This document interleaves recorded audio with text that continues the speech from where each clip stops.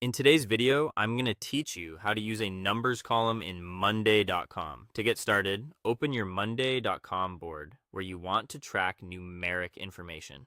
This can be any board you already use for projects, tasks, budgets, inventory, or reporting. The goal here is to create a simple space where numbers can be entered clearly and reviewed over time. Once your board is open, add a numbers column. This column is useful anytime you need to store values that can be measured, compared, or totaled. For example, you might use it for money, item quantities, performance scores, hours, or any other figure that matters to your workflow. Adding the right column type from the beginning helps keep your board organized and makes your data more useful later. After adding the numbers column, rename it based on what you want to track. This is an important step because a clear label makes your board much easier to understand at a glance.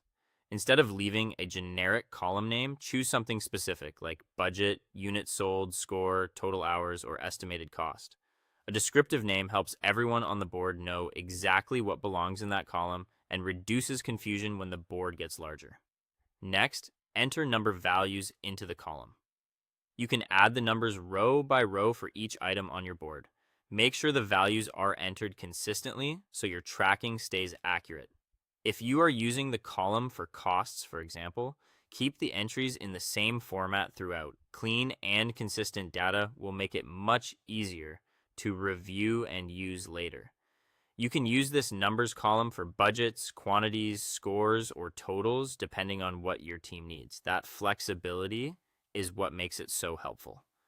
A single column like this can support financial tracking, resource planning, progress measurement, or simple count-based reporting. It all depends on how you name it and what values you enter. If you need calculations, add a formula column or a dashboard widget. This becomes useful when you want to go beyond manual tracking and start summarizing or analyzing your numbers. For example, calculations can help you monitor totals, compare values, or get a clearer view of performance across your board. Finally, review the numbers regularly to track progress. Keeping an eye on your data helps you spot trends, stay on budget, and make better decisions.